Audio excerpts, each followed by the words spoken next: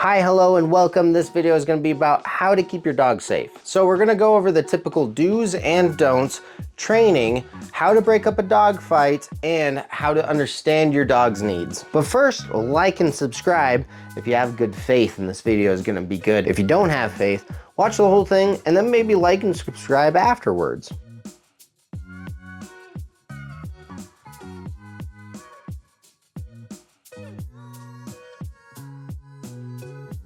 So firstly, nutrition. A general rule is if it's cheap, it's probably not that good. Your vet should give some good advice, but know that some of them are paid to push certain food. A raw diet is likely the healthiest, but not financially viable for everybody, so do the research on the food that you're giving your dog. Next, make sure you microchip your dog in case they get lost. It's way easier if they're microchipped. If they are sick and you're not sure to take them to the vet or not, when they show a demeanor change, when their mood shifts a lot and they're not acting like themselves, that's when you take your dog to the vet, if not before then. But definitely then. If their tummy's upset, give them some chicken and rice and pumpkin. Make sure to give them tick and heartworm preventative monthly. And lastly, with the vet stuff, make sure that you're scheduling appointments annually. Limit their exercise after they've drank or eaten a lot, especially when it's hot out, because you want to avoid bloat. Bloat is when their stomach fills up with gases and then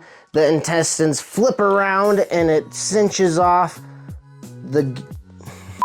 Bloat is when their stomach fills up with gas and then it flips and cinches off itself so that the gas can't go anywhere and they end up just bloating from their stomach. So if they're exercising a lot and then they all of a sudden seem lethargic, check their abdomen. If it is bulging, they're getting bloat. This is common in working dogs with deep chests. So German Shepherds, Labs, Weimaraners, those types of high drive working dogs. Some other symptoms of bloat include drooling, panting, pacing or restlessness, vomiting, and lethargy. If you recognize any of these symptoms while your dog is exercising, take them to a vet immediately. Moving on, make sure that they are comfortable with staying at least 2 other places other than your home with other people. So family and friends places or doggy daycares or pet sitters. Don't let them drink from still water. Still water is where Giardia lives and other diseases. Make sure your dog is licensed with your municipality or city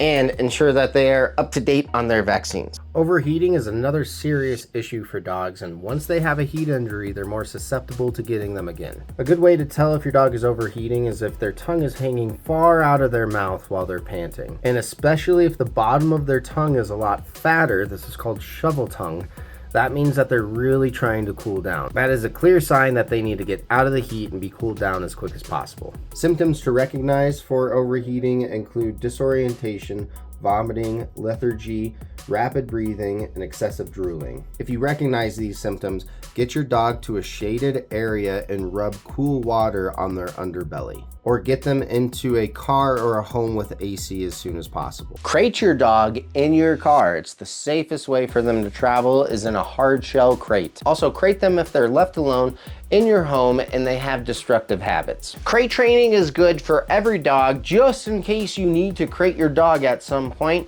You don't want that to be the first time they experience a crate. Muzzle condition your dog. You don't want the time that your dog needs to wear a muzzle to be the first time that they wear a muzzle. Introduce it to them systematically and gently. And last on the random tips, carry a pet corrector on walks, just in case there's an off-leash dog that runs up to your dog. If a dog's off-leash and not listening to a recall, I usually don't wait to see if they're friendly or not. I step in between my dog and that dog, and I spray them with a pet corrector. How I handle this is I get in between my dog and that dog, and I spray the other dog away, and I'll use my body and the pet corrector to kind of herd that dog away from my dog. I keep a short leash and I step in front of my dog. And it's kind of an unfair scenario for an off-leash dog to be meeting an on-leash dog. This dog is restricted, meaning their flight option is gone. So they could be more defensive, and especially if that dog's sociability is a little bit pushy and confrontational,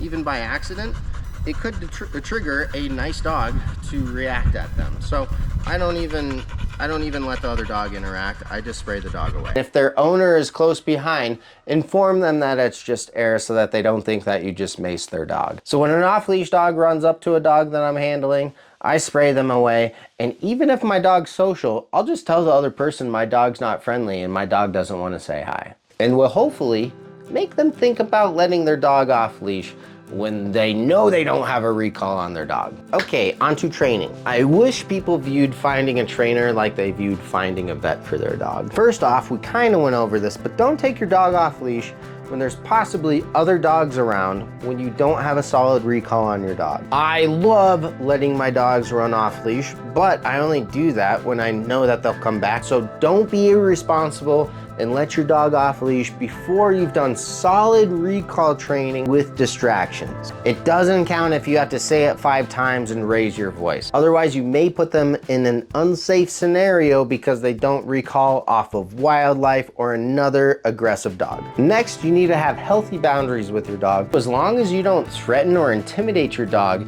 into listening to you, it's okay to have healthy boundaries like don't jump all over me, don't demand bark at me, don't drag me down the street and bark at other dogs, etc. If you are using a punitive tool like a prong collar or a remote collar, get training on how to use those efficiently and ethically. Socialization should be considered exposure. Socialization is not letting your dog play with every other dog, it's introducing them to the world that they're going to inhabit with you, and over time making them neutral to novel stimulus, as in new dogs, new people, new environments. So socialization is exposure and neutrality. If you think socialization is letting your dog meet every single dog, you're probably going to develop a problem like dog reactivity, because your dog's gonna wanna say hi to every dog it sees. If your dog does have some behavioral issues, like they're scared of new environments, new dogs, or new people, then I'd recommend seeking a professional for behavior modification training. Make sure that the trainer has experience with the behavior that you're trying to mitigate,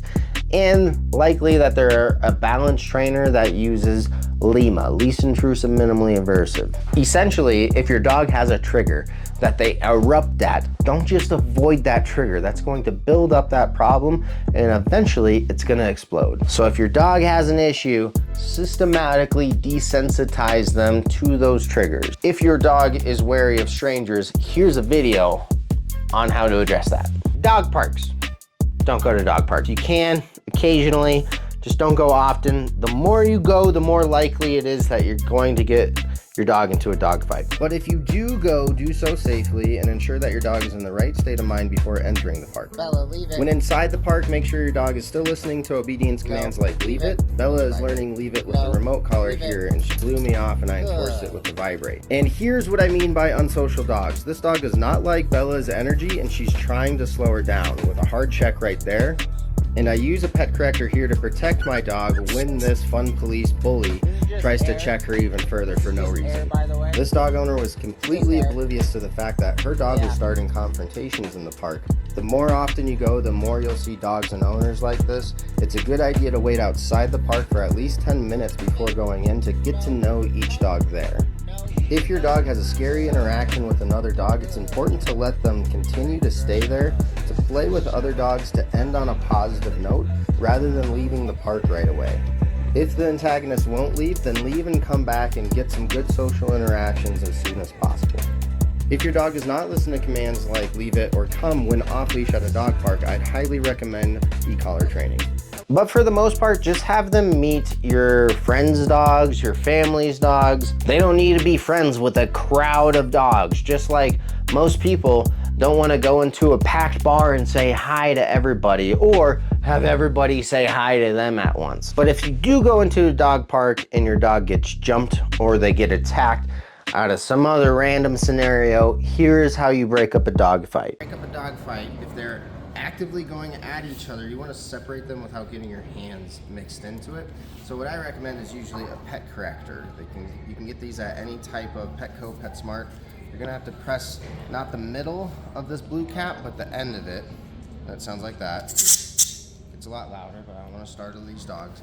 But if dogs are going at it, you're gonna spray this between them. Try not to get too close because you might get tagged. Just like if you break up a human fight, you might get punched. So try to do it from a little bit of a distance so they don't redirect onto your hand, Once they separate, try to get in between them and use your body and the tool to push them away, especially if they're still an aggressor. This usually works best if there's two people to separate the dogs after they're already partially separated. But if one dog is locked onto another, not typewriting, or they're not still going at it, this is how you're gonna get the other dog off. And this could happen with any breed. It's not just pit bulls that have lock jaws. Any dog can lock onto another one. So if this happens and the dog has a flat collar on, what you're gonna do is kind of straddle them so you have their back legs once they get off. But once you straddle like this, you're gonna hike this flat collar up to their jaw as high as you can, and then you're gonna choke them off. You're not gonna pull them off, you're gonna choke them so that they gasp for air. When they gasp for air, that's when you pull the dog off. The higher this goes, the better choke you're gonna get, and you can even put your hands right here and then roll the collar so that it tightens. And as you roll, you can take your knuckles and dig them in right behind their ears. They have a pressure point right there. That's like an unlock button, basically. So when you hike this up and you start to choke, after they release, maintain control of them because they might try to turn on you or go back at that other dog because they're in just a frantic state of mind. It might be your dog and they still might come at you.